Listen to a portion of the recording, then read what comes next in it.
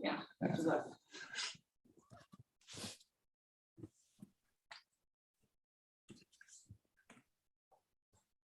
Hi, can folks hear me? Yeah, okay, great. All right, good evening, everyone. One sec to get to the right screen here.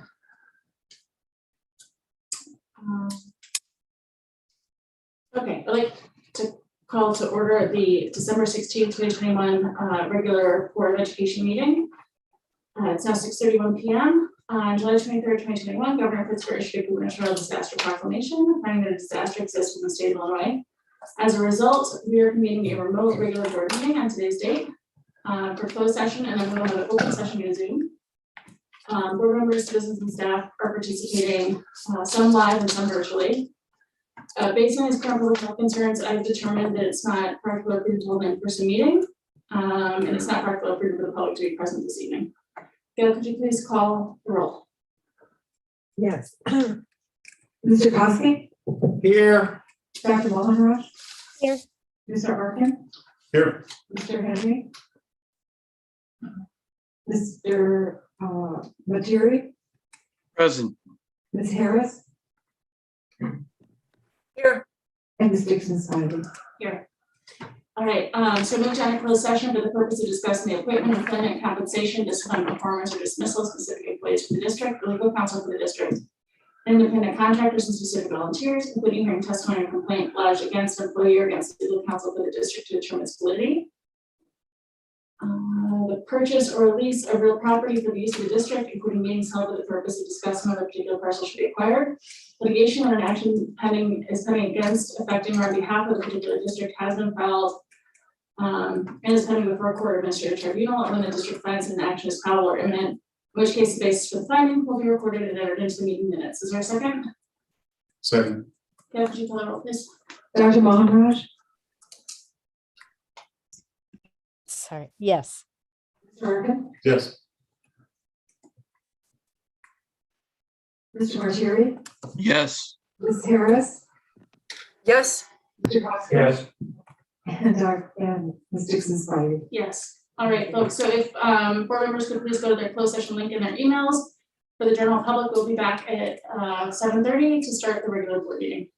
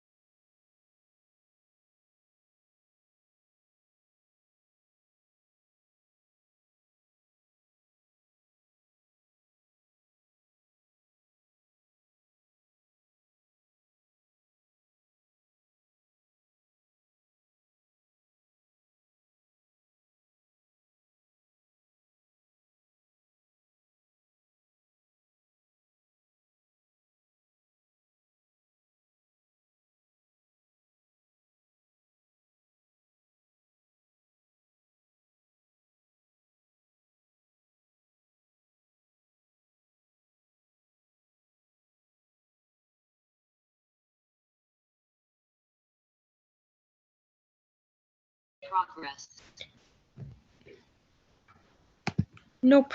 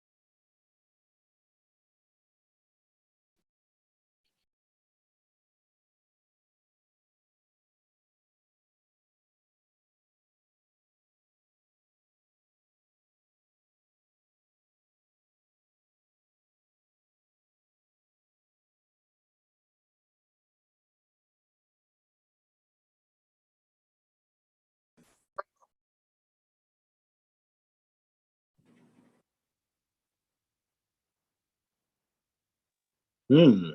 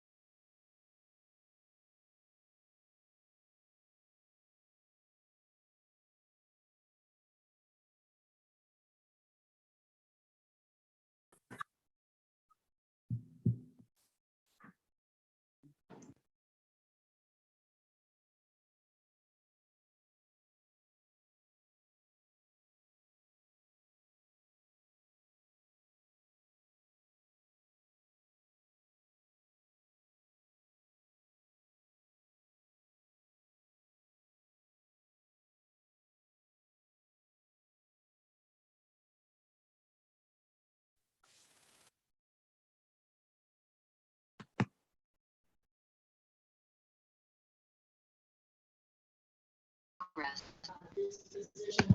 Okay, something.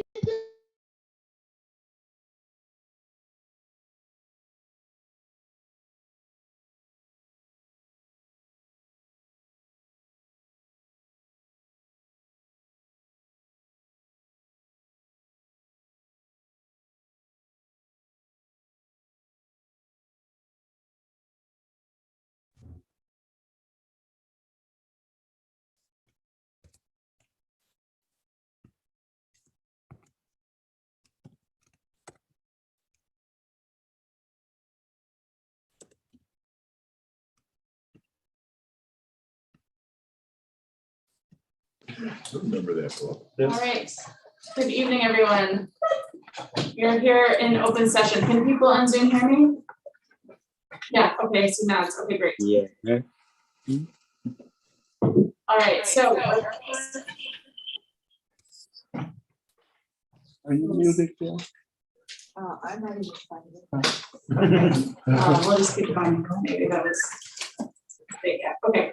So our first item this evening is a public hearing on the tax levy. No presentation. No You just go presentation. through. Oh, okay, got it. So at 7:40 PM, I called this public hearing to order on Thursday, December 16th, 2021 for the Department of Affairs Tax 2021 tax levy. Notice of this public hearing appeared in the December 8th, 2021 edition of the Wednesday Journal newspaper. And at this time, I asked for any written or oral comments to be received. Do we have public comments on the tax levy? Okay, so at 7:41 PM, I am now closing this public hearing.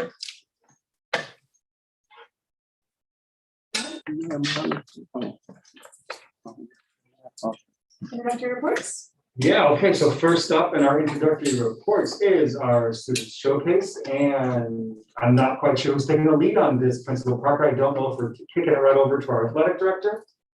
Or And do you see Susan and the group online yet? we do see Susan Johnson online, so I'm turning over to you, Susan, our director of student activities. Susan, go ahead. Hi, everybody.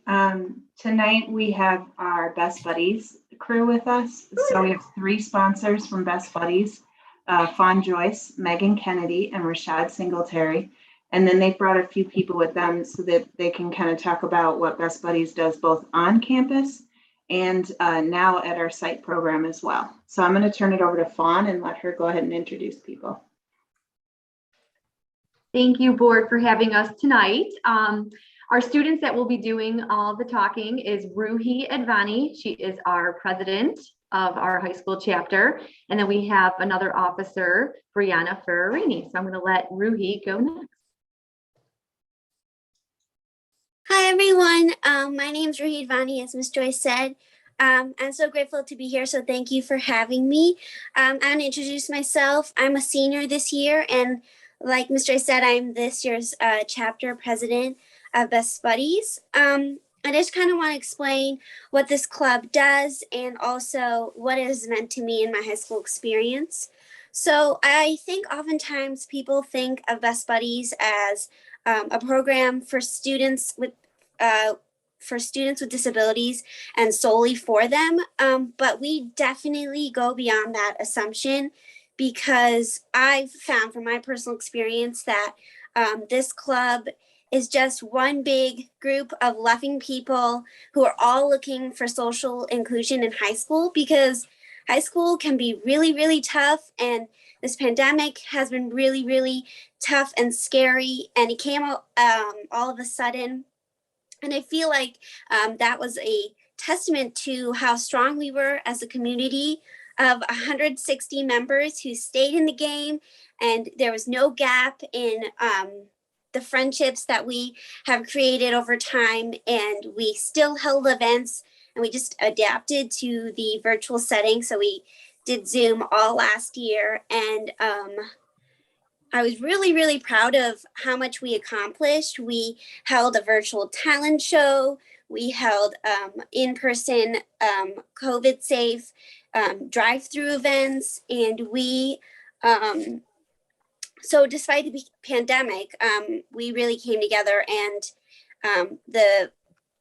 even though we were physically isolated, I really learned that what friendship looks like. And I definitely realized how much I took being in person for granted. And I think that's what helped us to win chapter of the year last year for Illinois. So that's something that I'm really proud of. Also, I just want to share a personal story about how meaningful this club has been to me in my high school experience. So my freshman year through last year, junior year, I was matched with someone named Ben. And he gave me the best friendship I could have asked for. He and I would go out for pancakes and get ice cream, and we would blast music and go on walks. And I think that's something so small, but it is going to be something that I look back on when I think about high school. That's going to be one of my most significant memories. So just looking back on this year now, we are back in person, which has been absolutely wonderful. We've already held a car wash, a Halloween party, and a holiday movie night. And like I said, there's 160 people with about 11 officers of all ages and abilities working behind the scenes to make it happen. So yeah, I just really wanted to share about that. Thank you. And I wanted to pass it on to Armand Tanako of the transition program, who's going to talk about the transition ages best buddies chapter. Thank you. Thank you. Okay, hello, my name is Herman Tinoco. I'm a student at Concordia University here to talk about the transition program. Well, Best Buddies, sorry. So at Best Buddies friendship programs, we build one-on-one friendships with people with IDD, like Rui was just explaining. IDD is intellectual and developmental disabilities. We offer social mentoring while improving quality of life and bring a level of inclusion for people that are often isolated and excluded, especially when transitioning to the real world. Many of them don't have many friends or don't know what to do after high school. Through the participation, people with IDD form meaningful connections with their peers, gain self-confidence and self-esteem, and share interests, experiences, and activities that many other individuals enjoy. Well, this program is really important to me because I've made great friends and a lot of memorable experiences. One of my most memorable experience would have to be when a group of them came to my soccer game at Concordia University. They were great support during the game. During the game, many people are many of the players are just focused into what's going on. But here and there, I would hear them cheering me on, asking me to go for the ball, shoot, score. Before the game even started, we got a chance to play with them, with a group of like 5, 6. We got to play, pass the ball around. We had an in-person meeting, which was really fun. Transitioning back from just solely being online on Zoom. We got to play games like Wii Sports and other Wii games. It was really fun. I'm just really glad that I got to meet this group of people. Just so many good memories with them. Thank you. Sorry, I didn't have much to say. Now, Nick, will you tell these people more about Best Buddies and the transition program? Oh, sure. Hi, my name is Nick, and we do a lot of different stuff for Best Buddies, like on Zoom. We have some fun, like we listen to music, play game. We do a lot of different stuff. Then we hang out in person. And I enjoy Best Buddy because you get to meet new people and make friends with them and do a lot of stuff together, like hanging out. And my favorite part of Best Buddy is when we were in person in Concordia, watching her mom playing soccer. And I also enjoy the stuff we do on Zoom. So much fun, you get to see your friends on Zoom. Yeah. Thank you, Nick. And we also wanted to invite Brianna, who's also an officer member and a student at Oak Park River Forest High School right now, to share some of her experiences as well. Go ahead, Brianna. Okay, so hi, my name is Brianna, and I'm also a junior in high school and attend OPRF, and I'm also one of the officers for Best Buddies, and I'm the buddy director. So I think my experience with Best Buddies is so amazing. So my freshman year, I did have a group of friends that I thought they were my friends from middle school, but it turns out, no, they really weren't my friends. So then I had to find other friends, so I decided to join Best Buddies, and it helps me find better friends. And so now I'm making new friendships, and I'm able to find better friends now. So I think Best Buddies is about how to approach or respect individuals with disabilities, and learn the difference between what's a good friend versus a bad friend, and look at the characteristics. Do I want this in a friendship, or no, I don't feel comfortable with this relationship? And my favorite part about Best Buddies is when we get together and do events and with friends, and then it's a good place to make friends and learn how to approach and respect other people with disabilities and one-on-one friendships with a disability or without.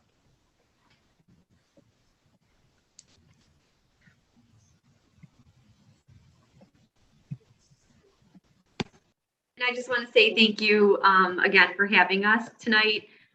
Best Buddies is just, the students run the club. We can't take any of the credit, and it's just amazing just watching the leadership and the friendships and just how inclusive it is for all the students. It's really neat. And we are very excited. The expansion of the site program, having the connection with Dominican and Concordia, has been really neat because our site students then get to be with their same aged peers. So kudos to Ms. Kennedy on setting that up. And just thank you to the board for having us. Thank you. Thank you. Thank you. Thank you. Thank you to everyone, Best Buddies, and to our sponsors for showing up to this evening and giving us such great information. Yeah, Best Buddies is an amazing program. Yeah, a little, oh, is that me? I have a son that's 25 and is involved in Best Buddies, so it has abilities just to stay, I mean, well beyond in high school, so it's such a wonderful thing. And has impacts on all of our community, which is so great. Our students truly enjoy being a part of it. Thank you for that, and thanks for having them. Yeah, no, and thank you to our students who are so eloquent and really made our night, I think. Yeah. Yeah, it was great. You definitely did my heart some good tonight, so thank you all for coming out, especially for our students to come out at the tail end of the semester, last night before we go to our last day. So thank you so much for being here. Really, really appreciate it. Thank you. Have a happy holiday, everyone. All right. Thank you. Thanks for joining us. And then next we'll have Nicole Epson, who's coming, our athletic director, to speak to us about two of our teams. The students aren't here tonight because it's finals, but they will be with us in January. So she's just bringing the accolades, and you'll meet them next month. Good evening. So I have the final individuals that I'd like to recognize for their competing and moving on through the state series. First of which was girls and boys cross country. So for girls cross country, we had Josephine Wellen, Katie Staub, Avery Minnis, Natalie Quinn, Samantha Dewey, and Annie Stein and Lenny Steritz, who all ran in the state cross country meet on November 6th. Josephine in particular had an amazing race. She finished first overall in the state for girls cross country with a time of 16:26. She received the shell from the starter of the meet to remember and commemorate her amazing first place finish. So congratulations to Josephine, who you will meet in January. We also had boys cross country run in that same meet, and we had junior Liam Newhart, who was participating in that meet. He finished 48th overall with a personal record that day, or a personal best of 15:08. So that was pretty incredible. Our final parade through the hallways included our girls swim and dive program. Their state series were the second week of November. They ended up being the winners of the Fenwick sectional, which led them to the state series. We had individuals who competed in not only swimming, but also in diving. So Cecily Burns finished 35 in the state, 35th in the state overall in diving, which is pretty incredible. We had individuals who competed in the 200 free, 400 free, 200 medley, and the 200 IM and 100 back, and 200 free relay and 400 free relay. We finished 26th overall as a team, and we had several individuals who finished in the top 25. So Jessica Lee finished, Sadie Murphy finished 10th in the 200 free and 20th in the 500 free. And Tegan Osega finished 27th in the 200 IM and 7th in the 100 back. Again, we finished 26th overall as a team, 17th in the 200 free relay, which included Sadie, Tegan, Jessica, and Victoria, who again you'll meet next month. And we finished 15th overall in the 400 free relay with those same 4 individuals. So we'll be bringing them forward. They're at home. They're diligent students who asked if they can defer to next month so that they can be home studying. So you'll meet them in January with me, but we wanted to recognize them in a timely manner for their efforts and for their outstanding finish in their season. That is fantastic. Thank you so much for sharing. Yes. We've had a lot of amazing topics this year. When we spoke about state and all the parades, Nicole said, "Oh, it won't be that many all the time," and we've been great this year. Amazing, and it's been parade city, so it's a wonderful thing. Yeah, I sold them on the idea that like this happens few and far between, and it's not going to be that. And then by the time we were in our like 4th, I was like, Linda, I'm sorry, we're so good. I just can't even apologize for that. So it was a great problem to have, but very fun. Thank you. Thank you. Thank you. All right, next in our introductory reports. Sorry.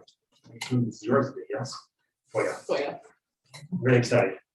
Hi, we had 4 FOIA requests and they are all resolved. Thank you very much. Student council liaison, it's finals. You know, Hallie Ribbon is here. She's wow. a trooper in finals week. So thanks for coming. Hi, everyone. Yeah, I'm Hallie Rigdon. I'm the student council board rep. So I'll just give you a little update on what student council is doing right now. So we did not have a meeting last week, but I'm happy to update everyone on what has been going on.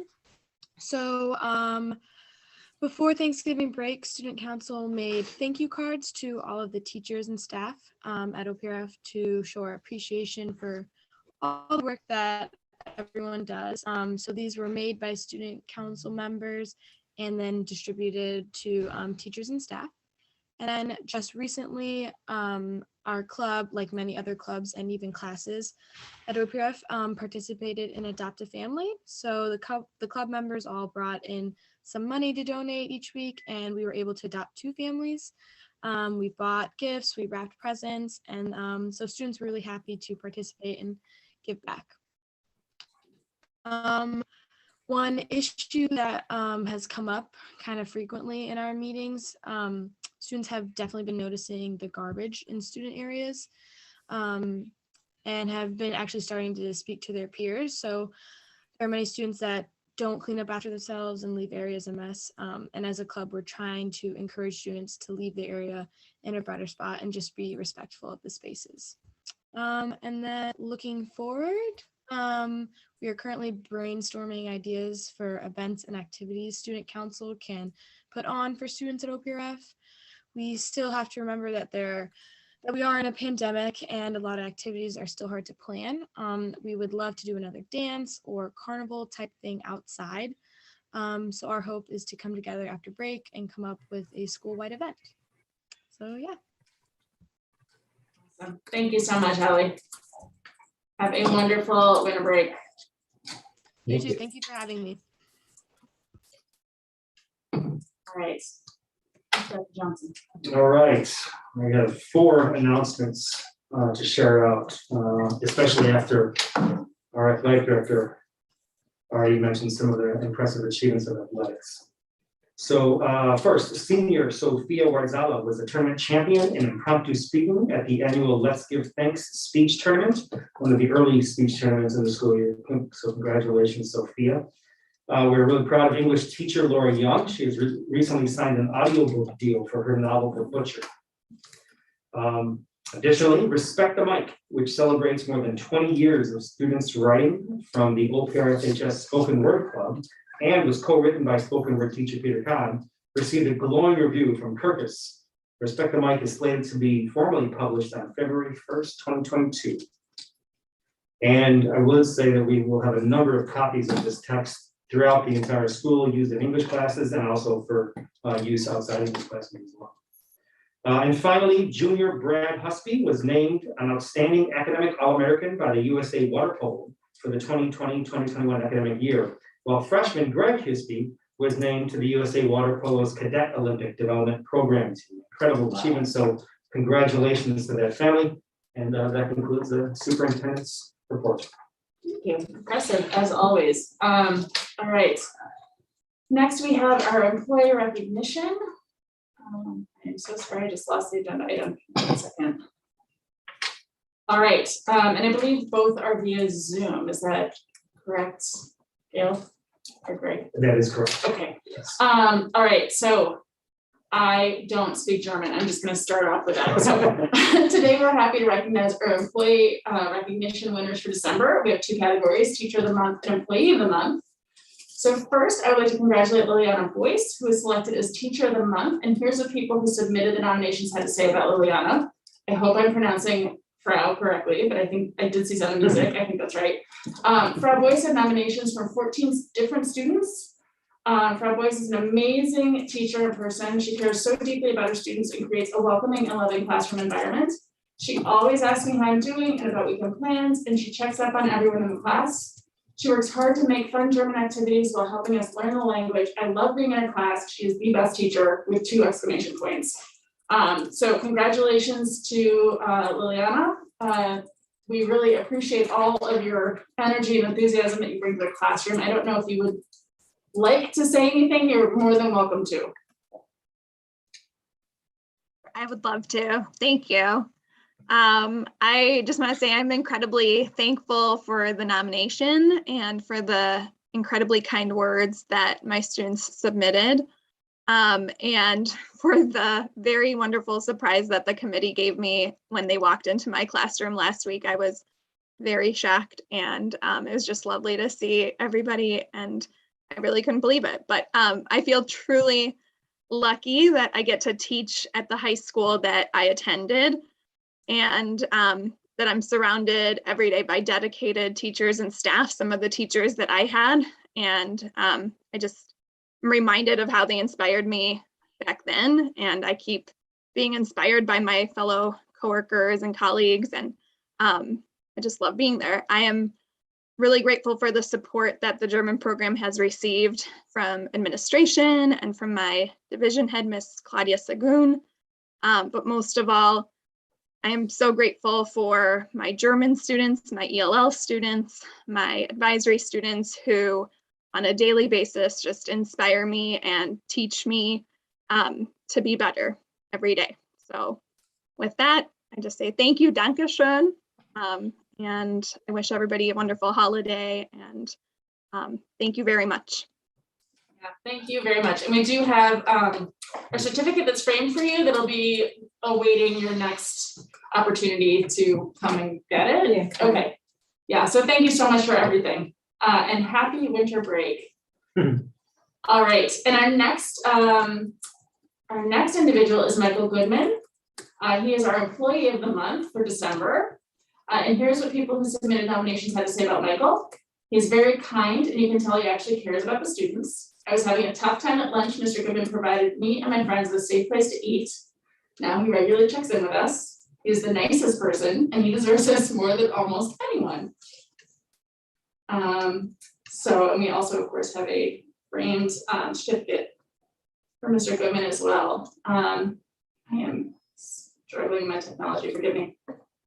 Is Mr. Goodman here? I don't believe so. No? Okay, all right, well, we are super appreciative, and we do have a certificate for him as well, and we will make sure that he gets it. So thank you to Michael Goodman for all he does for our kids. And just a quick note, he's retiring at the end of this month, so. Oh, wow. Okay. Oh, This got one, it. I didn't realize that that's. Okay. We will make What sure way to that go he out. gets- Well Yeah. done, Michael. I know for sure. Okay, all right, thanks, folks. Public comment is next. Gail, do we have public comment this evening? We do. Okay.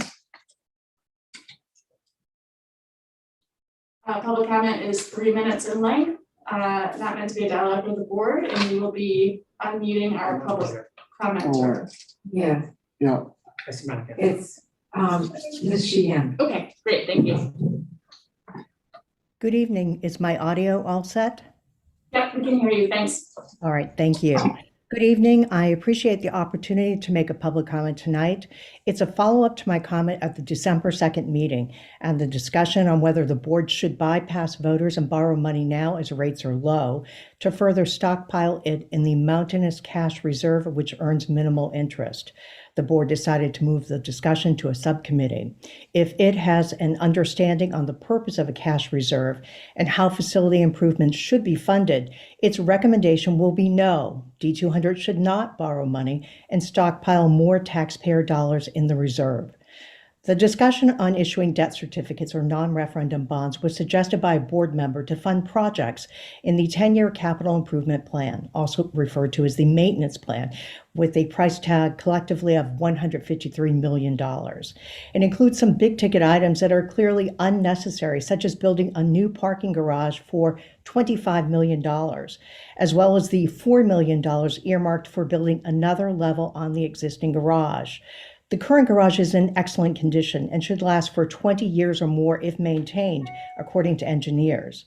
The school doesn't need more parking spaces, as the board made clear in its 2016 referendum, which included a garage with fewer spaces. One item in the plan, the $46 million swimming pool with its 17 practice swim lanes, needs to go before voters in a transparently worded referendum for approval.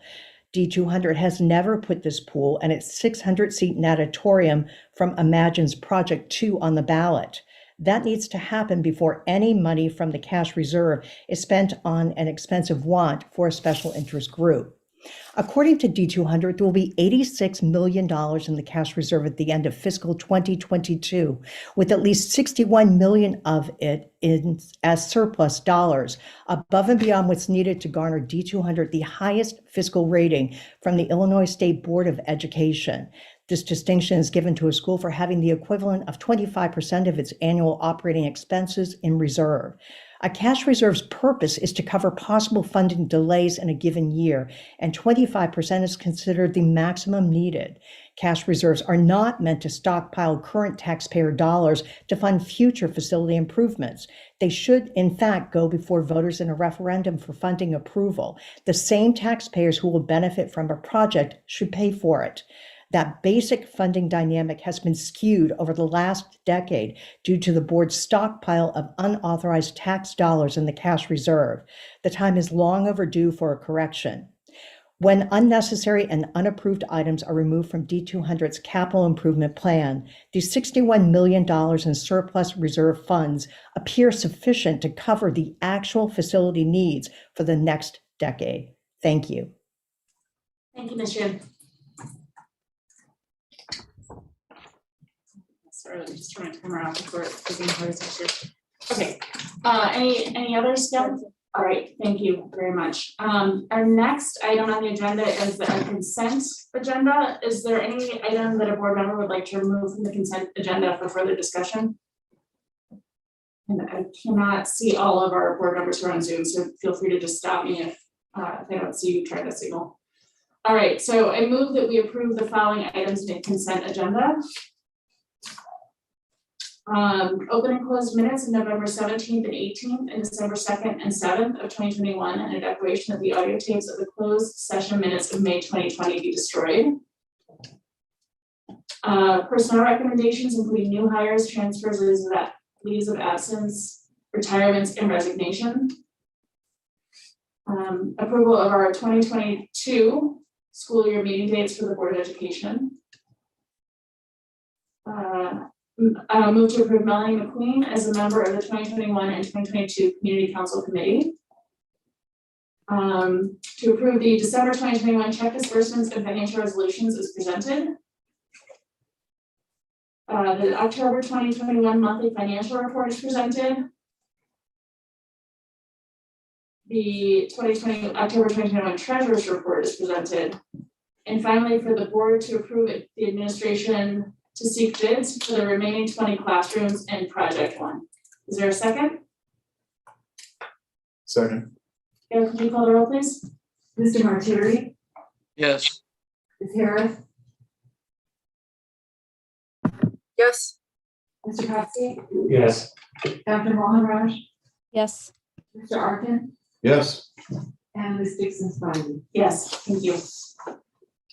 All right, next we have discussion items. We have, our first one is an IASB legislative session report by Board Member Fred Arkin, who attended this year.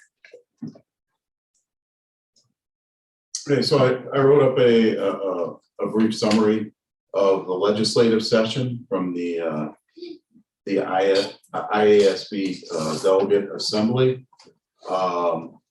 As I was charged to be our representative. You'll see you'll see how in bold I put the actual whether the items were passed, but there were several that there were no votes because of procedures. The assembly's procedures, if the legislative or the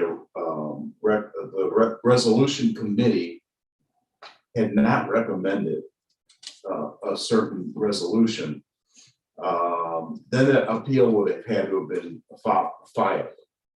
And if the appeal was filed, then it would be voted on whether it wanted to be opened in the session, and then there would be a vote. So you'll see where it says no vote, and A means it was a not recommended to adopt, and there was no appeal. So on those items, we didn't even have a chance to vote. There was one item where there was an appeal, however, the appeal failed. So it was never voted on. And then the conclusion that I have is that if we really want to engage and become active in the delegate assembly, we need to appoint our delegate earlier, and we need to become very familiar with the rules and the procedures of the legislative body. And we should be looking at these resolutions in September when they're first published, and have our discussion, and that way we will have time to file whether an amendment or appeal something that's not recommended. I did speak to you had charged me to offer an amendment to, I believe it was the cannabis sales. And how the funds were going to be used. The amendment, we could not file the amendment because it has to be filed 45 days ahead of time. However, I did speak to it. I did make our comments, but I believe it passed anyways. So that's, I mean, if anybody's got any questions, that's kind of how I concluded. If somebody else, in the future really wants to get involved in this, I think we need to do it earlier. And we need to consider these things once that report comes out. So I looked back to when Gail initially had sent out sort of the invitation to attend the conference, which of course is usually right before Thanksgiving. And we actually, I think pretty consistently, Gail sends that out in August. So my suggestion would be that whoever RSVPs at that point, maybe from that group who RSVPs that they're going to attend, we can try to select somebody at that time to give us plenty of opportunity to get up to speed and make sure that we've done all the procedural things we need to do to be recognized. I assume, would that be early enough, Fred, in your mind? Yeah. Oh, absolutely. Absolutely. Okay, so that might be a way to move forward. Do we have comments or suggestions from any other board members? Anything anyone else wants to say about this? Okay, thank you so much, Fred. Sorry. No, I was just going to thank Fred for the report. It was very clear. I was, if I'm understanding this, the childcare reimbursement did not pass, and I'm sorry to see that. So that's frustrating. So I would, if there's a way we can work on that going forward, that would be great. Well, we do have the ability to, we can offer resolutions. Mm-hmm. We can do that. We have to do it earlier because it does go to the resolution committee, and then they'll choose whether to adopt it or not to adopt it. If they adopt it, it'll be up for a vote. In some of these, actually, there was a consent agenda. Mm-hmm. So I'm not sure exactly how things got on the consent agenda, but that's something that we should look into as well. Fred, do you have any sense of the timing of that committee, when that committee meets? I don't know if that was any information. Well, the resolutions come out they're dated in September. Mm-hmm. So I'm going to guess they're doing work throughout the year, and then at some point in time they offer those resolutions. So Marianne, if there's if you or anybody else, if there's any resolutions that folks think we should put forward, if we want to start working on that now, I assume that we can figure out what those deadlines are, but it seems like it would require a bit of homework, so maybe we should start. Yeah, no, I don't know whether, that one in particular seemed like an important one, but if it's just failed, I don't know that putting it up again is necessarily a good strategy. And I don't have anything I can tell you that the student safety and protection plan comes up every year. Mm-hmm. Oh yeah. Okay, that's the one of having people being able to carry guns in schools, and the gap narrows every year. Okay. So just because it failed, I don't think it's something that we shouldn't push and advocate for. Okay, that's good to know. Can I also add that there's a fair amount of at these representative assemblies, there's a fair amount of lobbying and conversations and all of that goes on prior to amongst different constituents that are delegates. So if there is something that we were wanting to advocate for, it would be beneficial for us to start having those conversations with people in advance as well. Mm-hmm. Yeah, thank you. That's helpful. So I'll look into sort of the timing on some of these procedural pieces and see if I can get maybe the actual rules so that we can have them and review them and be better prepared going forward. So I will try to do that in the next, by our next board meeting. I think that's probably realistic. Sarah, I just want to toss in there that in the, I think as board members, we all received a booklet of the resolutions and all the information of the body. Like we all have gotten that by mail. So we have it too. I'm just thinking, I know you do a lot of the pieces for us. If there's something that we could be looking up that, we might be able to do that as well. Yeah, I have no idea where that booklet is in my house, so I've had it. It's been in my house. But yeah, we can figure this out and we can bring this back for further conversation, or I can share information with the board. So thank you, Fred. That was really helpful. And thank you for the time and energy you put into attending as well. Sure thing. Yes, thank you. Fred. Okay. So next up on the agenda is the State of the District presentation. And for this presentation, I would like to invite up 3 members of the team. Dr. Hardy, Principal Parker, and Dr. Fiorenza. If you could come up just in the event that there are questions that are specific to their specific areas, that would be great. Thank you. And while they're going up, Ed, there are 2 attachments to this presentation. The second, or to this report, I should say, the second is a brief presentation, and I'd like you to bring that up and share that on the screens and do a bit of an introduction. What presentation you want to share? Yes. The second attachment that's listed there, it is called intro, I believe, State of the District intro presentation. Okay.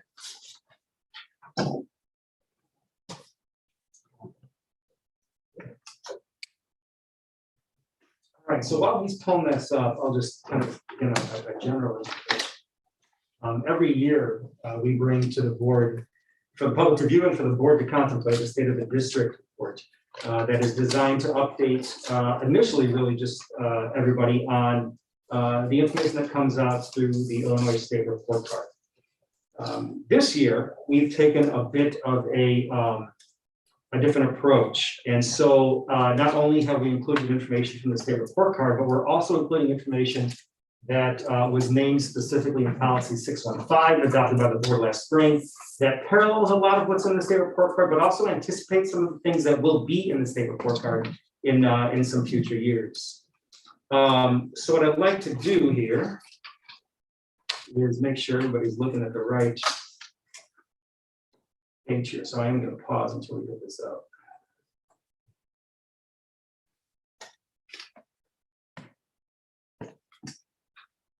Yeah, there you go.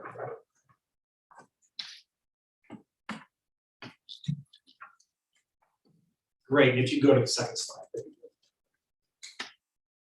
So this is essentially what I just shared. There are 2 frameworks that define the information that's presented in the report that's attached. All of this data, as you all know, was collected last school year during what I think we can best say was one of the most atypical years that any school district we've all experienced.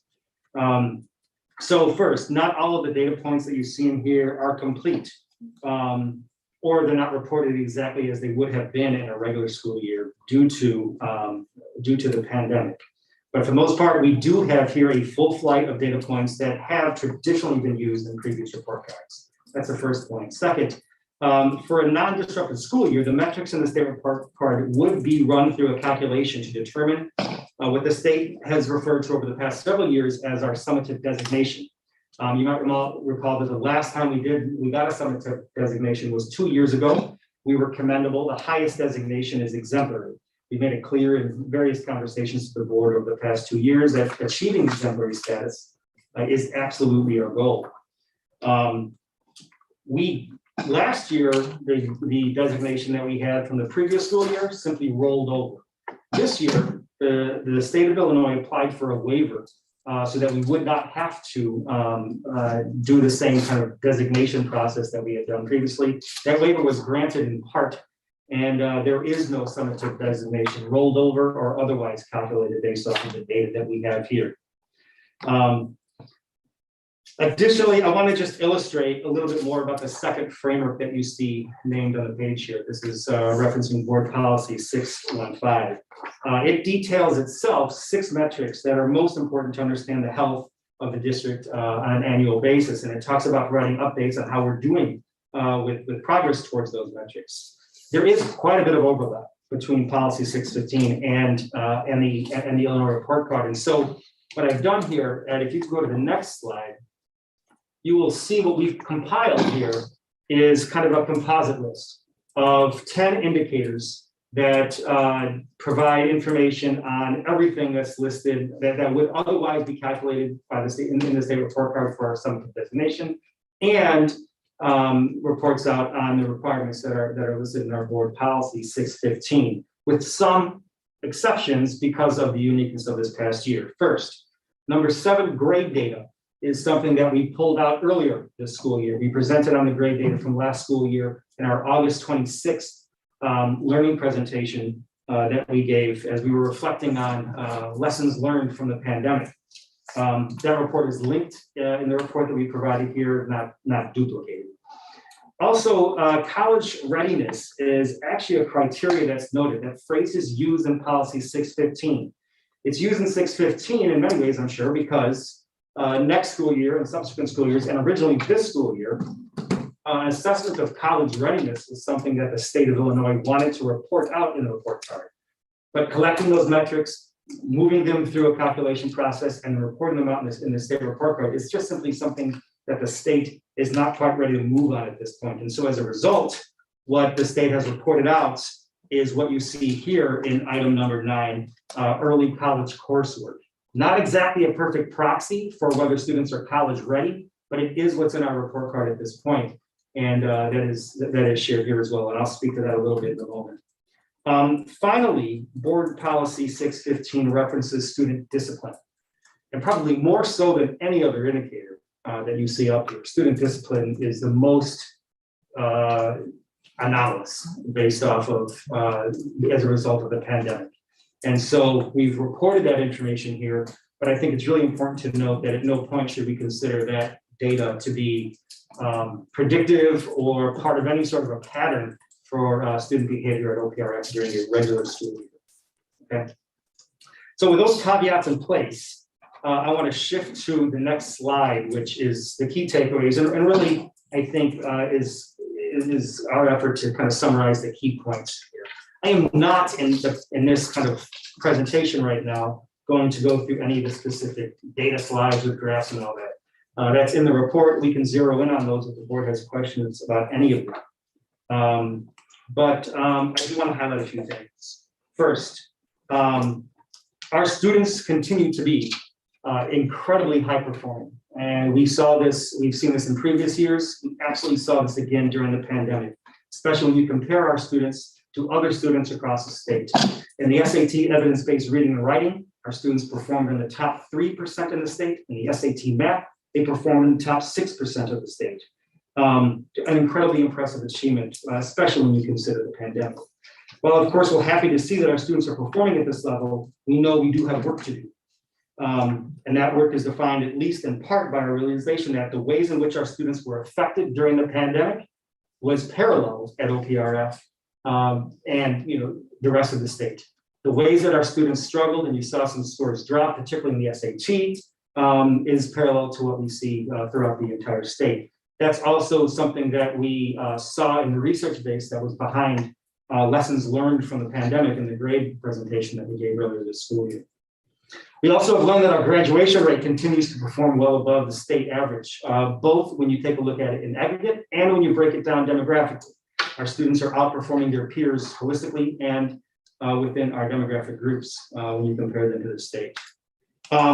Students who are enrolled in early college coursework continues a 3-year increase, something that we stated as a goal. We wanted to grow our students' participation in such programs, and we're pleased to see that that has continued, even despite what we experienced last school year. Over the past 3 years, they've grown steadily, and we anticipate that will continue. And just to illustrate how important this is a measure of students walking away from their experience at OPRF with college credit or college or scores on AP tests that they can translate to college credit immediately upon entrance into a post-secondary institution. So those are some real positives from the data, but we do definitely see some challenges as well. Disparities continue to exist, of course, across race, class, and gender. We've talked about this in several board meetings. It is a key focus of our strategic plan, and we'll be talking about that in the coming months. I want to talk about math for a second. Math is a significant challenge for us, there's no doubt. It's one that we are fully aware of. We have opted here to illustrate in this report the College Board indicators, the College Board benchmarks for student success. And by that indicator, you're looking at 55% of our students who are achieving at that level. This is something that our math department is fully aware of. They are working collaboratively on. It first came out through conversations that we identified through the curriculum evaluation process before the pandemic. And you can expect more information from that from our team later this coming semester. I also want to highlight the chronic absenteeism number. The number of students who are absent and who are tardy, and this really is an important point when we think about summative designation and exemplary status down the road. The number of students who are tardy and absent to classes on a regular basis, many of whom are excused students, is a key contributor to the challenges that you see on that indicator. This really is the only point across the board from the state's metrics where you see OPRF students performing consistently in aggregate and disaggregated right at the state average. This is certainly something that we have to do better at. Last calculation in the 2019-2020 school year, this was 10% of that summative designation. Now, there was a tactical team at the state level who's trying to figure out the college career readiness business and figure out how that summative designation is really going to work moving forward. But that is still going to be a factor for us. You have seen, and we can talk about this a little bit later, but you have seen Principal Parker send out a communication not too long ago to our families about the beginning of approach that we are taking for both absences and tardiness as we move towards second semester. And that is one step in the direction that we want to take. But this is something that we shouldn't shy away from as a community. And it's really important to illustrate a point I've already made. And that is, or that I've already alluded to. It's easy when we think about chronic absenteeism, if we don't tease out what that definition is, to think that what you're talking about is kids who are ditching classes, to think about kids who are unexcused, simply school refusals, don't want to be here. That is not the most significant factor here at OPRF. We have a large number of folks who are excused from classes on a regular basis. This affects the learning of the school in all sorts of ways, not only the individual students learning, but the collective effect of the classroom to benefit from what everybody can bring to that space. And so this is going to be a focus of ours as we move forward. Two more points I want to make before I shift slides. We saw dips this last school year, both in ninth grade students on track and in our AP student performance. These are ones that we are concerned about. These are ones that we know that we have to focus on, especially when you consider, well, both of them are incredibly important. For the ninth graders coming in as they transition to high school, seeing that just when they first start, we have more students who aren't picking up the credits at the rate that kids at OPR traditionally have done, means something for these kids in the subsequent years. And we are working with our interventions and helping our students as best we can to reclaim those credits and get back caught up to where they otherwise would have been. But the AP data as well is significant. Sadly, we do not have the usual data that we have to compare ourselves to when it comes to the AP scores at this point. And by usual data, I'm talking about the state, national, or global averages that the College Board reports out. Due to the pandemic, delays with collecting the data and all that business, we don't have those comparisons yet. We will have those at some point down the road. We've heard references from the College Board about that data, but we don't have a comprehensive set for us to measure ourselves against. But regardless, we do expect those scores to bounce back to where they had been and to continue to grow as our goals have set us on a path to achieve. The last thing I want to point out is that we do need to continue to expand and develop our growing post-secondary pathway program. This is in alignment with the way that the state is shifting towards college career readiness indicators for our students. Dr. Fiorenza and Dr. Lamb have made this a top priority on better defining our pathways, expanding our pathways, and getting more students involved in them throughout high school. There is also, I've linked it in the report, a flight of what had been previously referred to as soft skills for students that we as a district are in the process of tracking and reporting out to the state as part of that college career readiness indicator. And it is going to be a significant part of how we are measured as a school district in future years. And so we have also slated that as something that we're going to share with the board in this coming semester. So I have just one more slide that I want to share out here before I turn it over. And if you could just move to the next one here, Ed. This doesn't require much explanation, but right now, this is the flight of presentations that we plan to bring to the board throughout second semester to answer the obvious questions. So we're sharing this data, we're presenting some key takeaways. The obvious question is, okay, so what? What is the district doing about these things? This board is familiar in many ways with the strategic plan that we have been working on over the past several years and has seen developments of that strategic plan. And we are going to, at our next board meeting, provide an update on where we are with that, as well as begin a series of targeted presentations on specific priorities within that strategic plan. First one will be at that same January regular meeting, a presentation from Dr. Hardy about our racial equity plan and strategies and how we're moving forward with that work. And then you can see the list as it goes forward from there. So I think it's best for the board and the public to consider this presentation as step one in a series of presentations about where we're moving as a district. So with that said, I will turn it over to the board for any questions or comments. Thank you very much, Dr. Johnson. Okay, who would like to start off with questions or comments?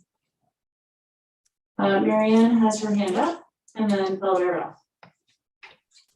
Hi, thanks. I mostly want to address the absenteeism question.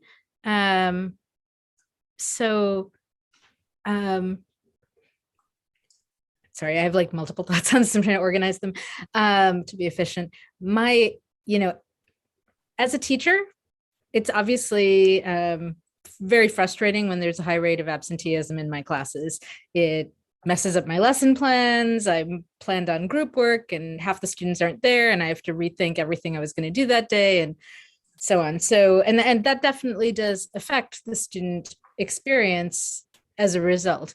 So, I am generally think butts in seats is a good thing for school education, but I just want us to continue to be careful about how we think about and approach absenteeism, which previously may have been referred to as truancy and seen as a discipline issue. And I know you highlighted that to some extent in how you presented it, but I wanted to, I guess, reiterate it for the board and say that at least with, my students are adults and, so I will be in conversation with them about why they were absent. And a large percentage of the time it's because they had care responsibilities that came up suddenly. They had younger siblings that they had to watch because childcare fell through for their parents and both of them are shift workers,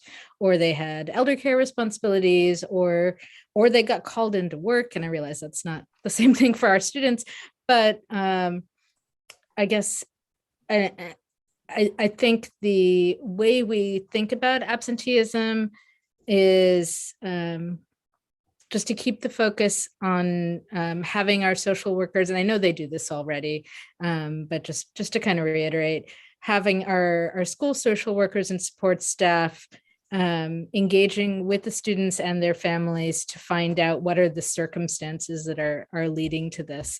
And I will say briefly I have a freshman at OPRF and she missed a lot of classes the first few weeks of school, which was very surprising and challenging to us because she was super excited to go and excited to be back in person in 8th grade.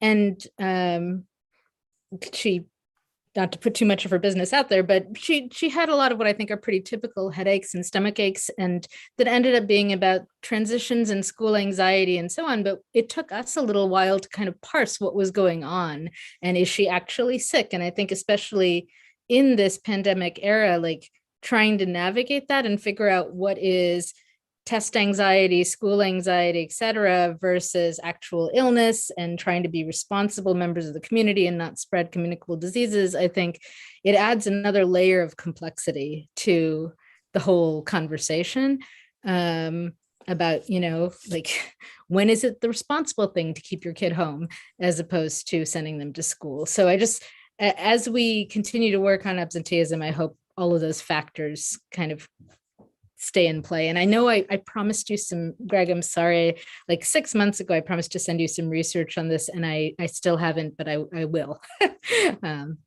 So thanks.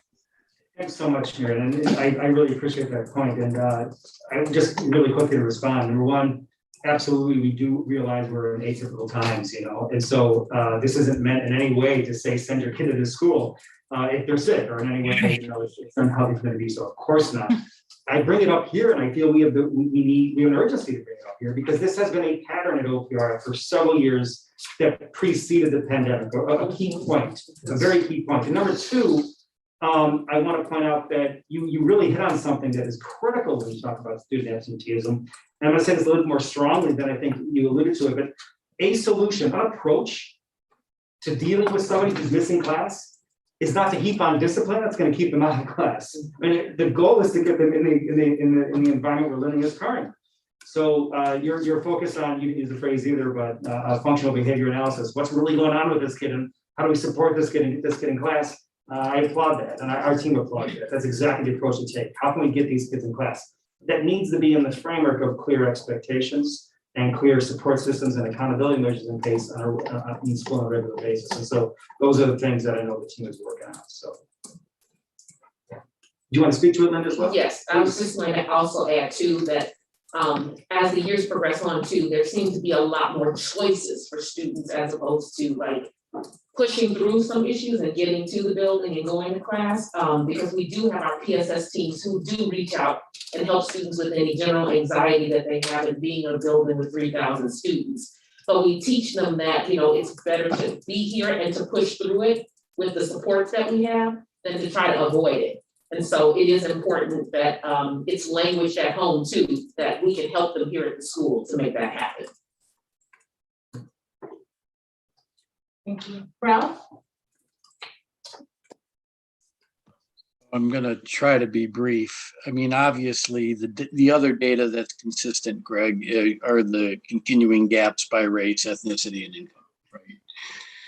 And it's one of the reasons why I certainly ran for this board, in addition to Sarah nudging me. It's one of the main reasons I ran for this board, was to see those gaps go away.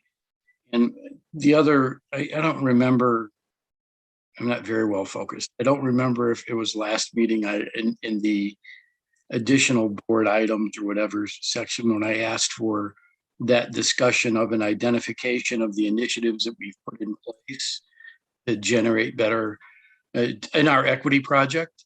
But I think really, I'm thinking of it as a flow chart. So what I think would be valuable for the board would be an identification of the initiatives that the school district is putting in place to eliminate all these gaps in outcomes. And I would like to see sort of boxes that show the correlation between the initiative in question to the specific outcome changes they are intended to generate. Right? We want to know which of the factors they will move the needle on that we are evaluating our educational system on. I would like to know the evidence or research basis behind the initiative, and I would like to know how the initiative in question correlates with the EDF. So those are just boxes that can be filled in a flow chart way. And then I think it'd be easier for us as a board to work collaboratively with administration to identify rational milestones and deltas for change in gaps. over time, understanding that you put the initiative in this year, you don't see the change in the outcome, right, for another couple of years. And we have to understand that. But we have to start putting those accountability metrics into place, I think. And having such a flow chart would allow us to do that. And it would hold us accountable to actually making the educational system at D200 one that is truly excellent and equitable for all students. And the only other thing I would add to that is we keep getting hit on the 5 essential surveys on effective leadership, and you highlighted that, and it's a consistent thing. It's been since I've been on the board. So I think maybe I would like to understand what initiatives the administration is going to put in place to address that specifically with similar correlations tied to it. You know, is it evidence or research based? What do we expect it to generate? That kind of thing, just so that we as a board could understand and create sort of an accountability matrix system that is rational, that makes sense, that understands how change happens in a system, and that frankly would allow us to monitor the implementation of these initiatives over time to see if they're being implemented with fidelity or if we're having challenges with the implementation, and to allow us to correct course. The idea here, and I want to be very clear, is not in any way to be punitive or to say, this isn't working, or point fingers. The idea is to really identify effectiveness and fidelity of implementation and see where we need to change course to actually get the outcomes we need. So that's sort of what I was thinking. This report, I think allows us to do this in a thoughtful way. We have a number of policies in place that I think say that we need to be doing this from a reporting standpoint anyway, but pulling this all together, having that at a meeting, and then start laying out the milestone and delta goals around these changes, I think would be very valuable in a way that the board could hold itself accountable and, from a monitoring standpoint. That's it. Thank you. Thank you, Ralph. Do you want to speak to that on Greg, or should I? No, I just want to, I'm just going to say this very briefly for the interest of time. Your point about the 5 essentials is really well taken. And thank you for noting that, that was a key point of what we discussed in the takeaways and in the report. And Principal Parker and her team have not only taken that charge seriously, but they've actually presented on that in some detail at a recent faculty meeting, broken it down, talked about some of the initiatives that she's undertaking to address that. And I just appreciate you doing it. Thank you, Fred. Then Tom. Yeah, so one of my questions had to do with what Ralph just brought up regarding the 5 essentials and the climate survey. I know in the past we've spent time at the board table and taken a pretty deep dive into the survey, and I'm just wondering if that's on the horizon, because I didn't see it as a part of your next steps. We certainly can do that if that's something the board would like us to bring. Yeah, that's something I'd be interested in. The other question I have is that you bring up at the last point of your takeaways, the student discipline data doesn't represent a baseline. I'm assuming that's because of the pandemic. Absolutely. Is that correct? Yeah, absolutely. Students weren't in the building. Right. So it's skewed because students last year weren't in the building. But will we be in short order receiving disciplinary data from the first semester of this school year that we can take a look at and disseminate? Yeah, we have a report. Sorry, go ahead. No, and start to be looking at where it is, and then perhaps using that as a baseline moving forward, because the numbers I look at here are much different than I've seen in the past. Oh, absolutely. So it would be very interesting to see what happened in this first semester. Yep. We yearly will bring a report to the board in the spring semester about student discipline throughout the school year. We'll absolutely do the exact same thing here. as we've done in the past, and it will be done, so like it was in previous years, within the context of the behavior education plan, the interventions we have in place, and I don't know if Ms. Parker, you want to speak to that? I was just gonna mention that, remember last year was the first year of the behavior education plan, which was also within the pandemic, and so the measures were different in terms of what we were guiding off. It wasn't the old code of conduct, but we will have that for the first semester. Right.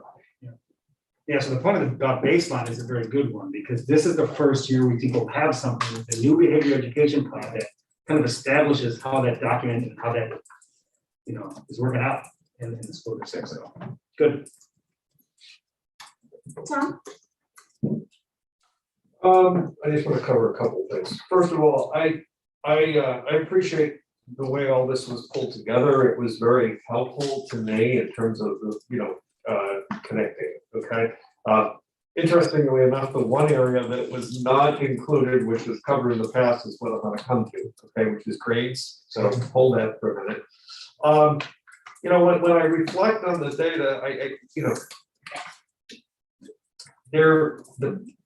clearly there's an impact of the pandemic, but I think, and I think that impact we see is that we're not unique, and we're pretty much following trend lines of what we see with the pandemic. But many of the other trends are trends I've seen the movie maybe 8 or 9 times, right? So and it kind of reflects on some of Ralph's comments. Math,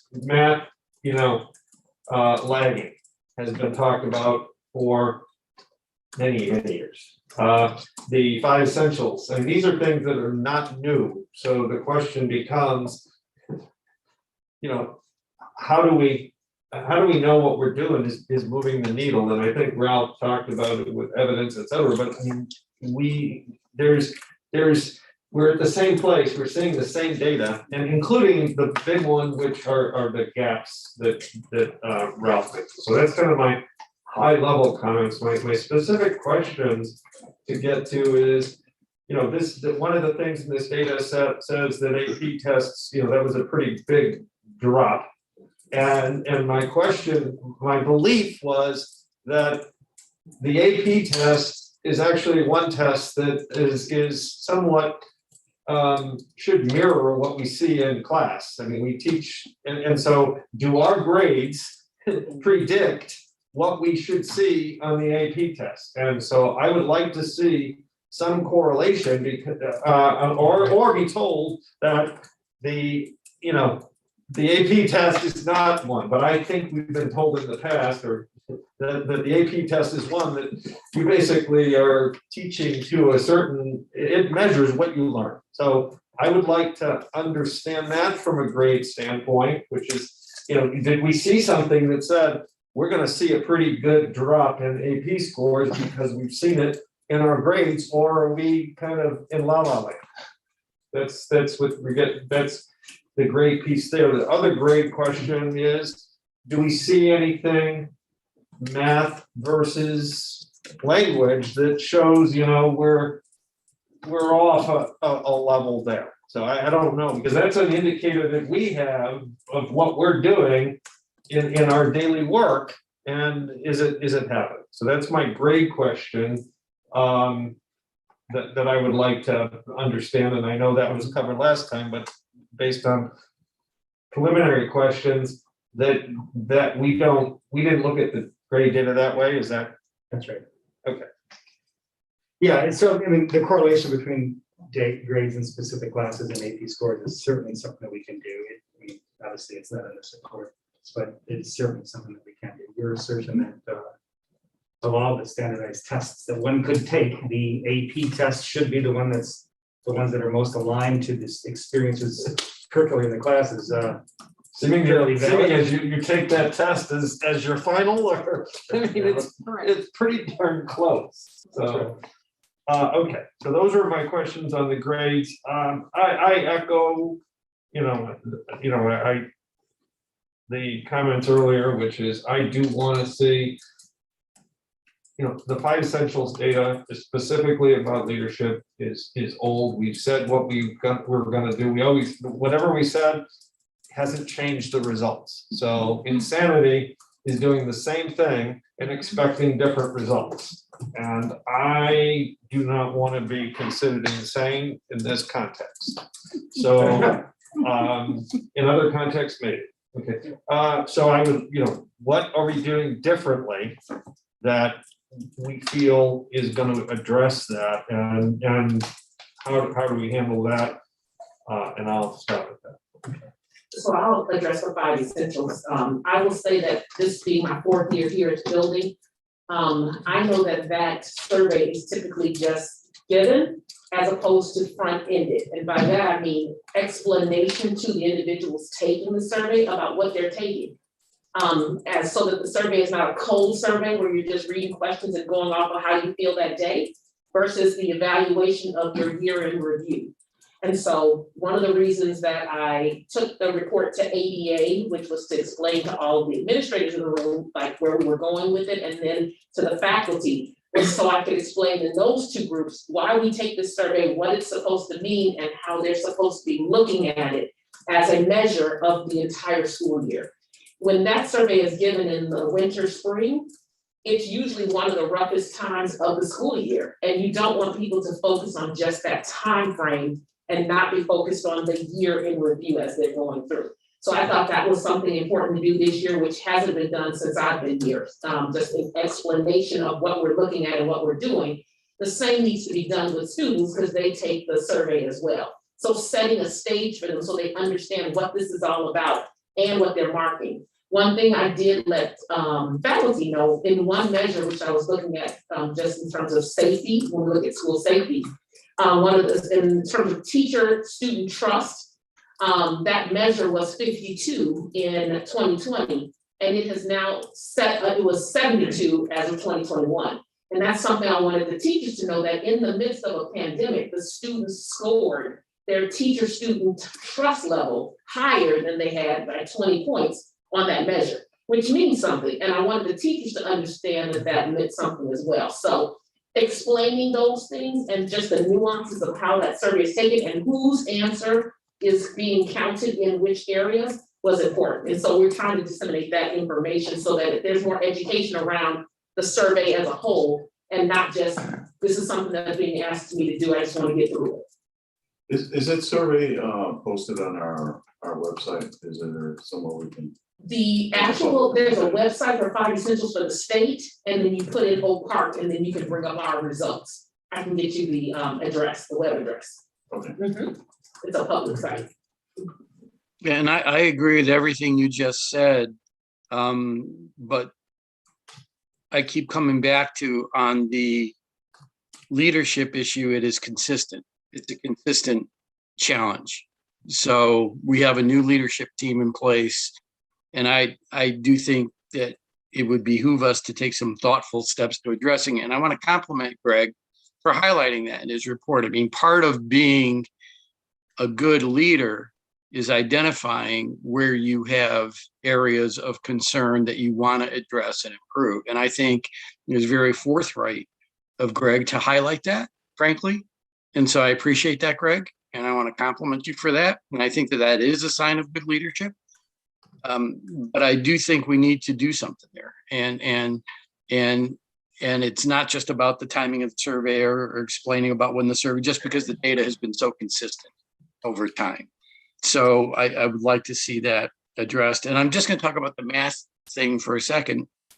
Well, can I give you one response to that too, just so that you know during the faculty meeting, I specifically went through principal teacher trust and owned that section because I'm the principal. So part of the description and the explanation, I took them through that as myself to say, these are measures that I know that I'm being marked on, and these are things that are of concern to me as I'm going through it. So I actually wanted to own that in front of them so that they knew that their feedback was being responded to and seen.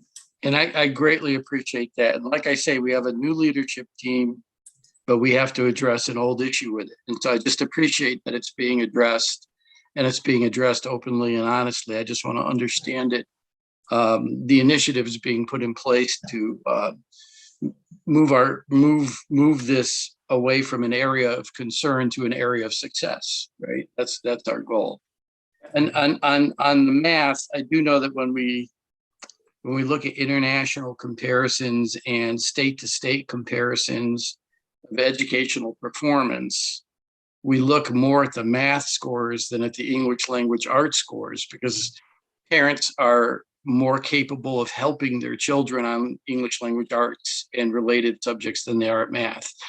So math tends to isolate out more a comparison of what's going on in the particular school building. And so the fact that we have some challenges in math, I think, indicate that there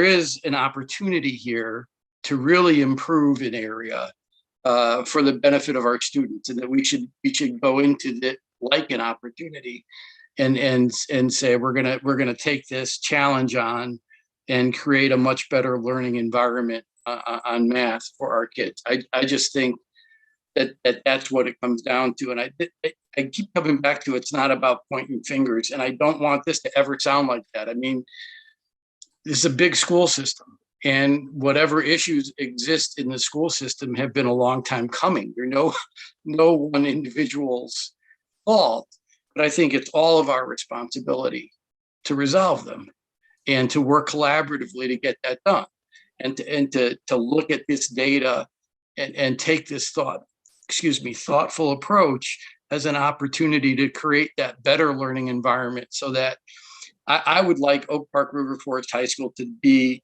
the beacon of how you eliminate gaps in outcomes, and the process that we take to be the process that other school districts across the country want to replicate for eliminating these challenges.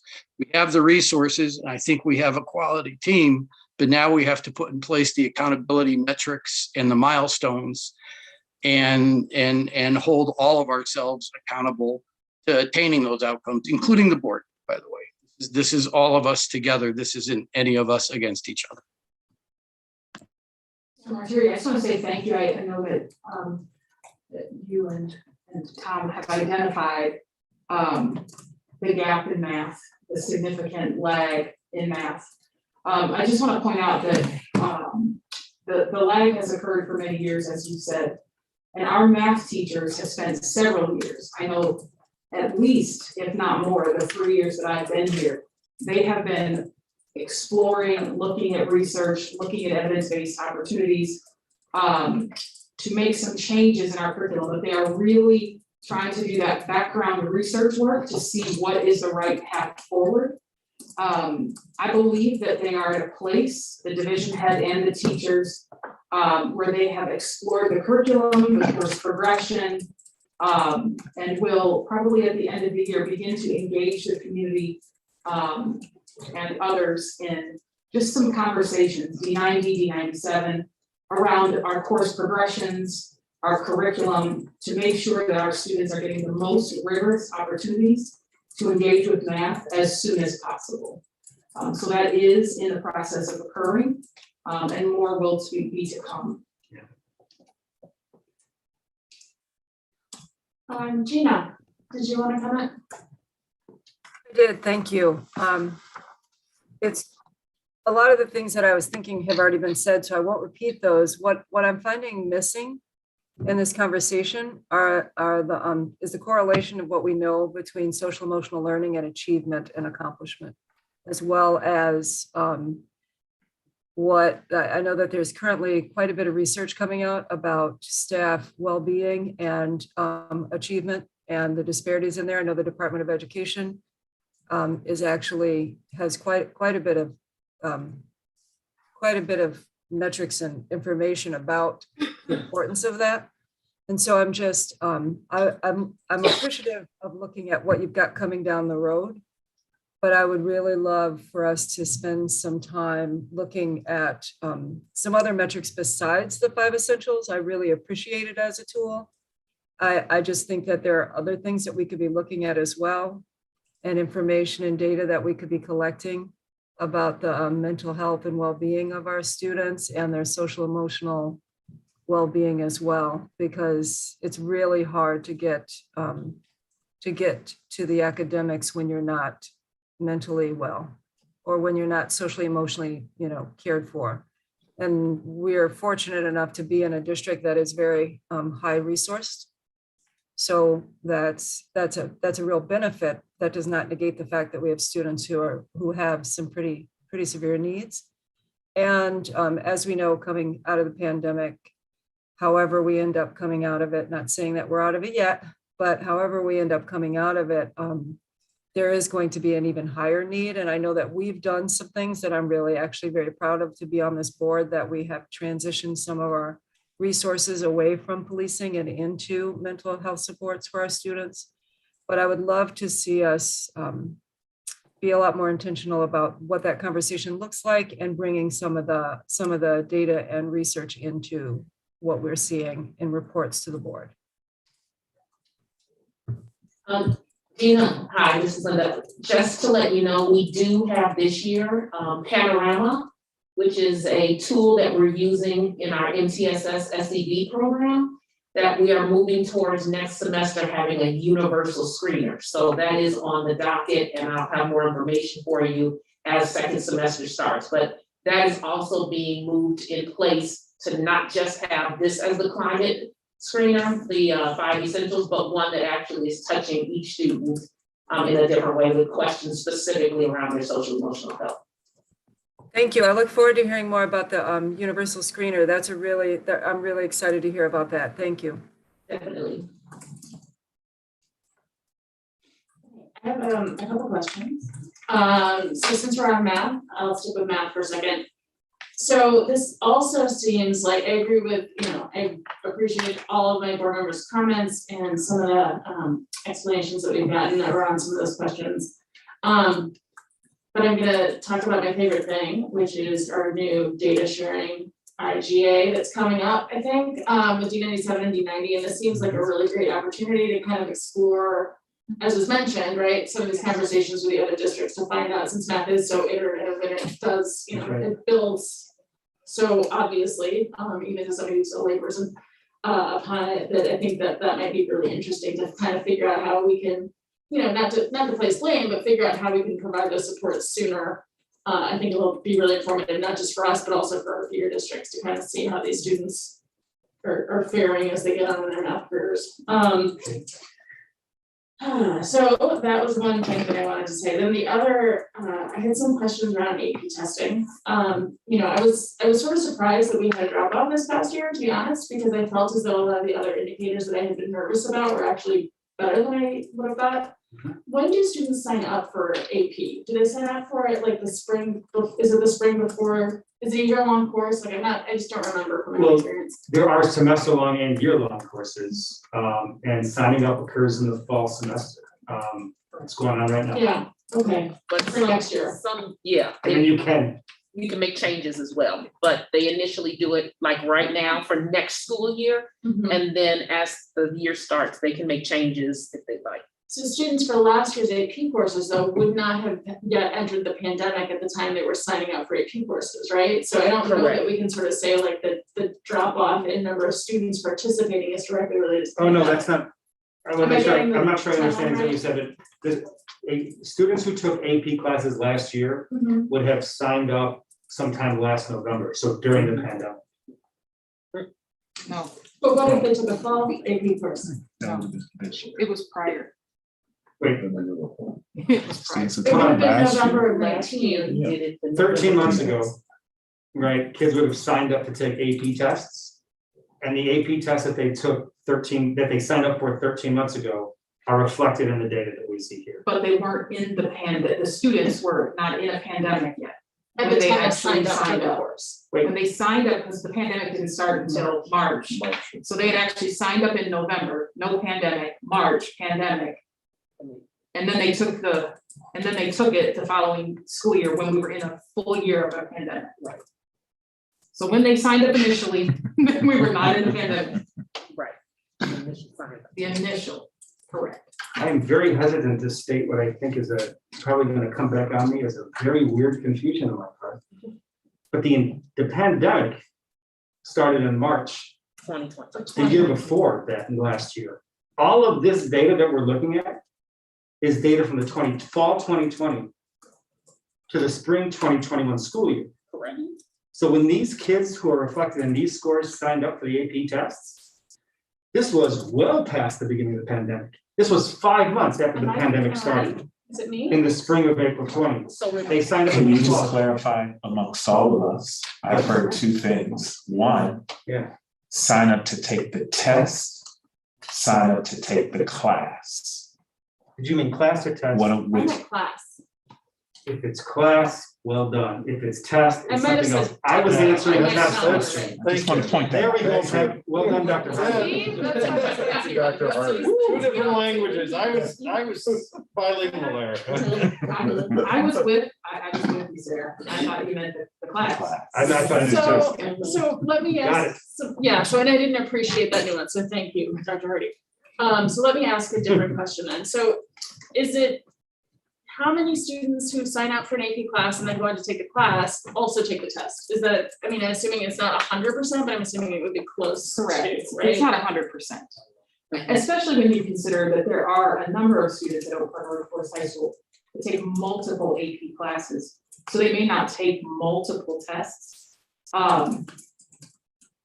Some for a variety of reasons, right? Maybe cost, maybe just, it just depends. I do know we have had some conversation with Kristen McKee in data analytics and Myra Delgado, who oversees aspects of the testing, that we should gather some better information from our students. We need to conduct a survey of when students sign up for AP classes. It would be good for us to know, do you intend to take these tests? Would cost be prohibitive or inhibit how many tests you take? And just get some better information about why this is happening before we make any assumptions that we know. Yeah, and that actually directly gets at my curiosity about this is, so if we had students signing up for AP courses who then during the pandemic said, for whatever reason, I'm too tired, I'm too stressed, I'm not gonna take the test, that is less, that makes more sense to me than if we had students who simply were not signing up in 2019 because the pandemic wouldn't have affected that, right? Like presumably that was a year like any other, at least at that point. And so that's what I guess I'm curious about, right? Or does the AP scores accurately reflect the number of students who took AP courses, or does it, like, where's the drop off coming from, right? Were people becoming less invested in AP courses in fall of 2019? Or was it truly that they just could not, for whatever reason? It's a great question. I totally follow the question. I appreciate you saying it. And I think a real answer to that question in some ways, we won't be able to be at our fingertips until we can compare ourselves to those global and state national averages. But it's a totally fair point. I will just point out that we don't have data at OPRF that suggests pre-pandemic that we were seeing such a decline. In fact, in many areas we were seeing not dramatic shifts in the opposite direction, but we were seeing some growth. So do we have any sense, I mean, I know we don't have state or national data at this point, but do we have any sense of other districts and how, I mean, did they experience something similar around AP test taking during the pandemic? Not a whole lot of data comprehensively. I know that when we were doing the freshman curriculum shows in the community, when we were kind of explaining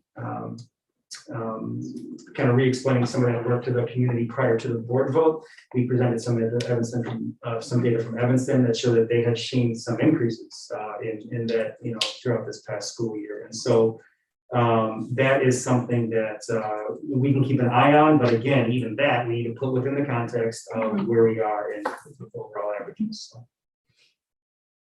Okay. All right. I think that was all I had. Just to circle back with folks, did anybody else have any other questions that they wanted to ask or anything that occurred to them since they last spoke? And I cannot figure out how to get gallery view, but I don't see any raised hands. So thank you. That was really helpful. That was good. Thank you. Very nice report. Thank you all.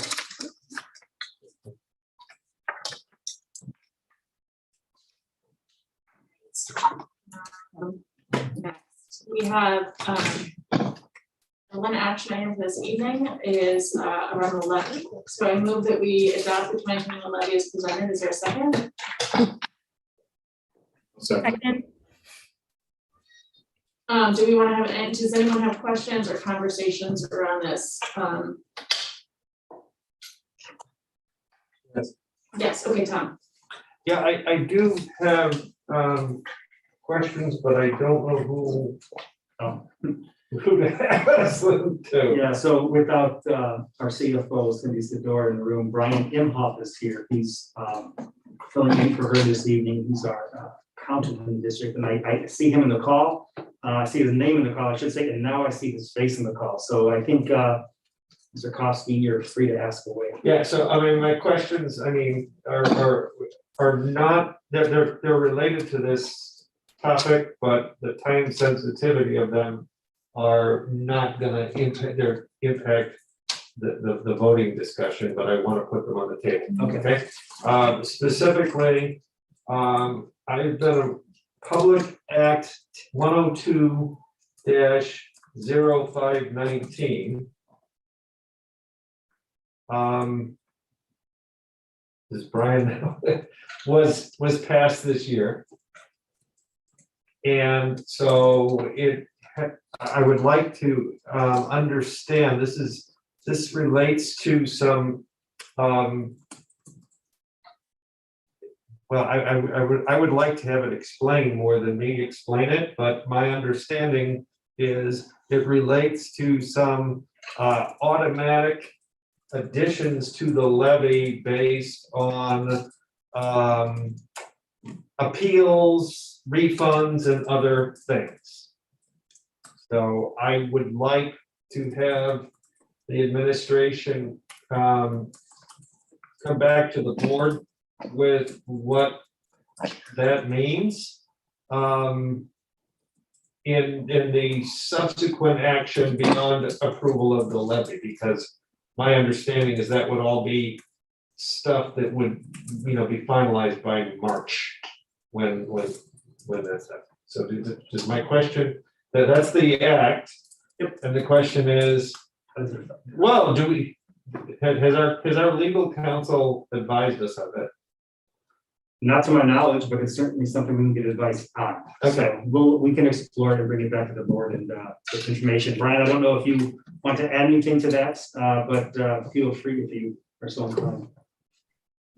Sure. The legislation is still fairly new, so we're still gathering information on it. But Tom is pretty on point here. The legislation, what it does essentially is it allows taxing bodies to capture revenues for any appeals that were awarded in the last 12 months. It's an automatic thing that goes into place, but we would get those dollars automatically unless the board passed a resolution saying we did not want that money. So there will be, I think it's a good idea that more information should be presented on this, because this legislation is new and fairly groundbreaking. But at least my understanding is the timeline would be by sometime this spring, that resolution would have to be approved if the board opted not to accept the money associated with those appeals. Yeah, so some time between now and then, that's why I'm saying it's a presentation on what it means and what the choices are, et cetera, just so that we understand, because it is tied to the levy, and that's why I'm linking it into this specific discussion. Yeah, Got it. no, Thanks. thank you, that's good. Questions from any other board members? All right, Gail, could you please call the roll? Mr. Arkin, Yes. Mr. Martieri, Yes. Ms. Harris, Yes. Mr. Kosky, Yes. Dr. Mohanraj, Yes. and Ms. Dixon Spivey. Yes, thank you. Okay, so now we are at our last sort of thing here, which is future agenda items. Tom had mentioned to me that he had some, I don't know if others do as well. Tom, if you want to start, I'm gonna monopolize. go for it. I've not put any in the last couple of things, but I have four. There's no quota. I have four plus the one we just talked about, so that doesn't even count, okay? Number one is I have asked individually, but would need it to be a oh no, that's number two, sorry.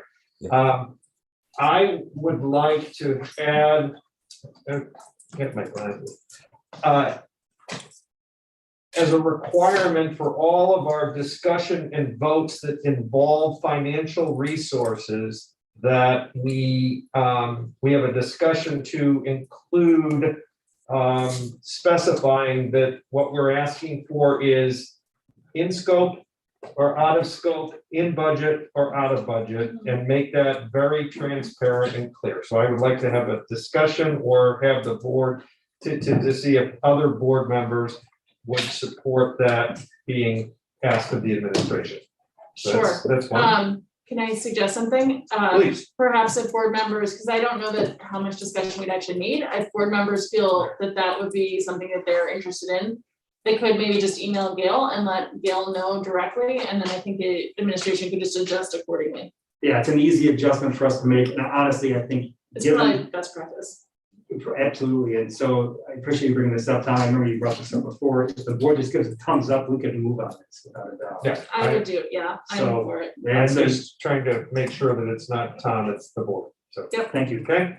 And the second one fits the same category, which is I've mentioned that for the monthly financials,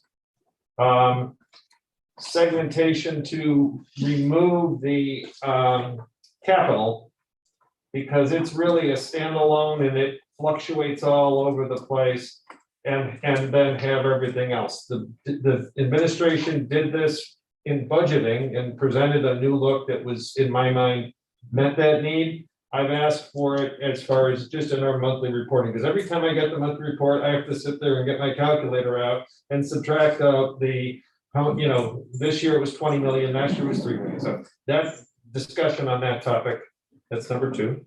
I feel as though that's a good request. Are other board members in agreement that that would be helpful? I think it would. Yeah, 4, okay. You got it. All right, man, those aren't even new agenda. The next two will be the discussion items. I would like for us as a board to get an update on the 2019 school threat assessment bill, which has to do with school safety and our compliance to that bill. He's impressing you with all of his arcane legal. I'm very citations. impressed, yes, indeed.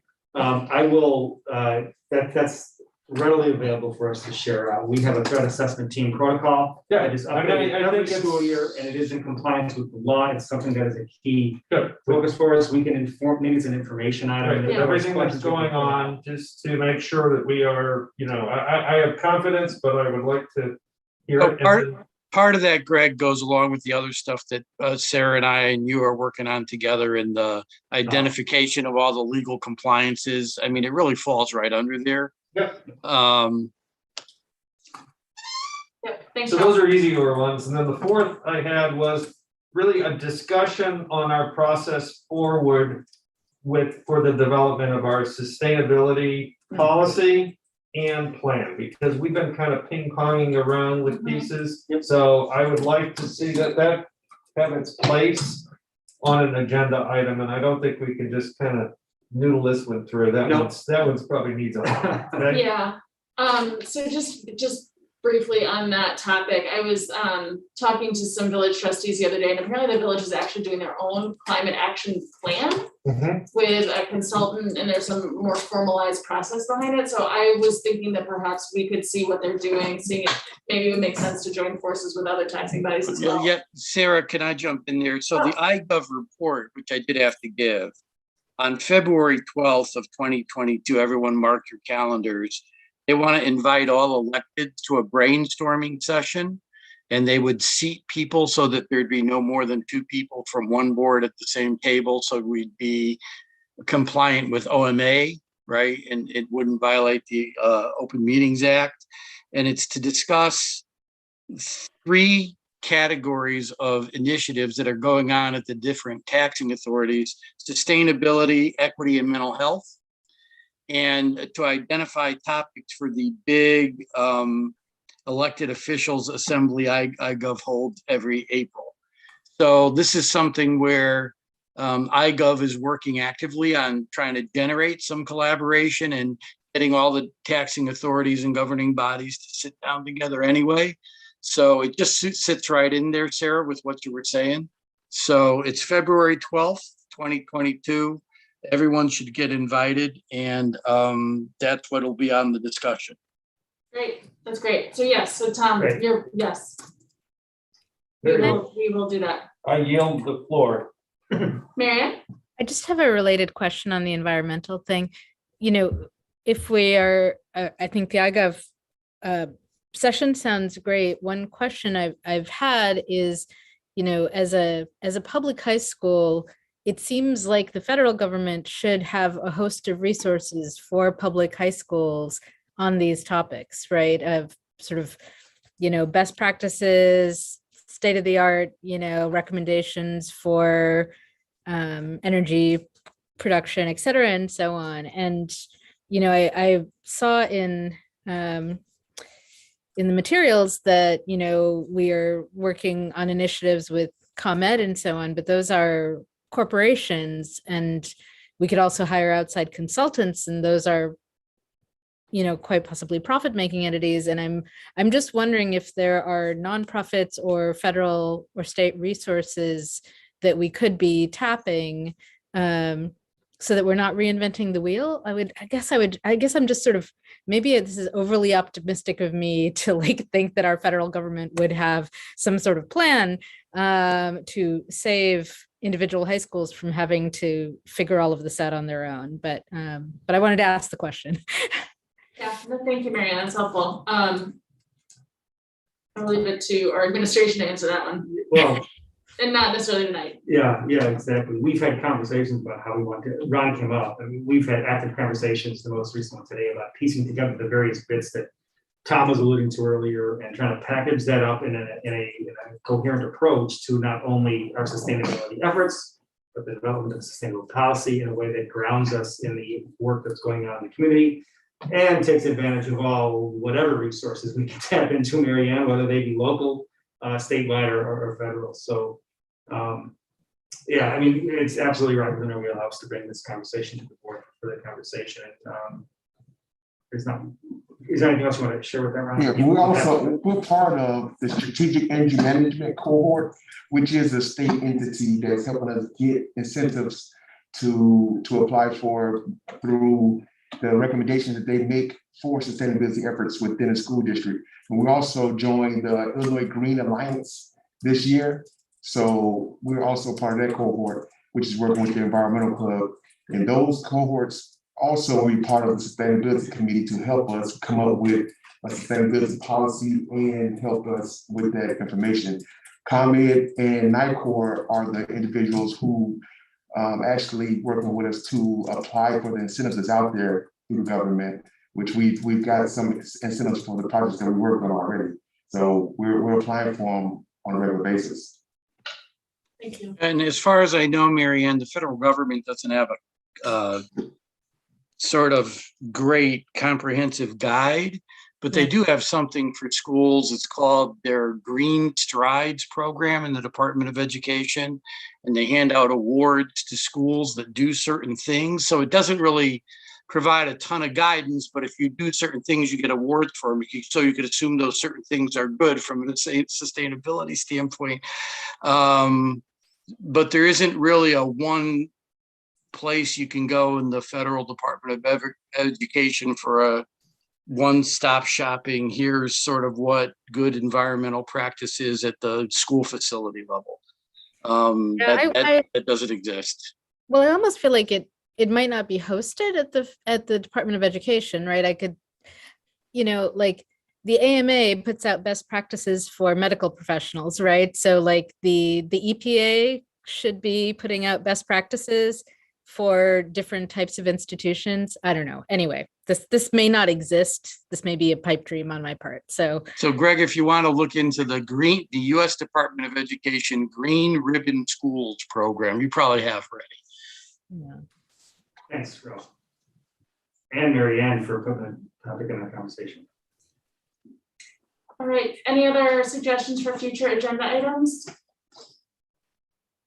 All right, I have one that I would like to put on the agenda just as I think a sort of, this is something we should probably do regularly, is maybe for January have an update on board goals as an agenda item, just so we can keep track of where we are so that we stay on target, because those would be due June 4th, would be reporting out, so. Yeah, absolutely. It's actually a natural follow-up this last presentation, because the general goals that that the board has adopted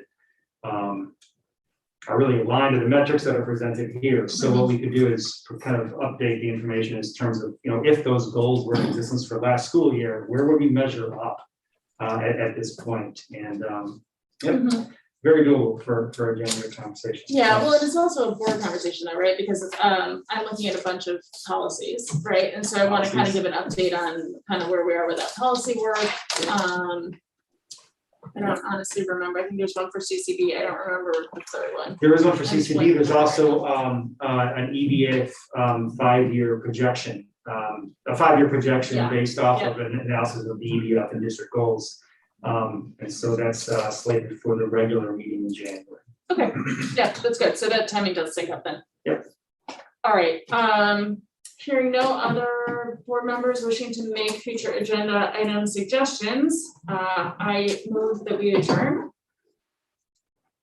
Second. That was a very odd silence. Anyone opposed? All right, happy holidays to everybody. Enjoy your winter break. Be well, and we will see you in January. I'm mistaken, that was super tense. Yeah.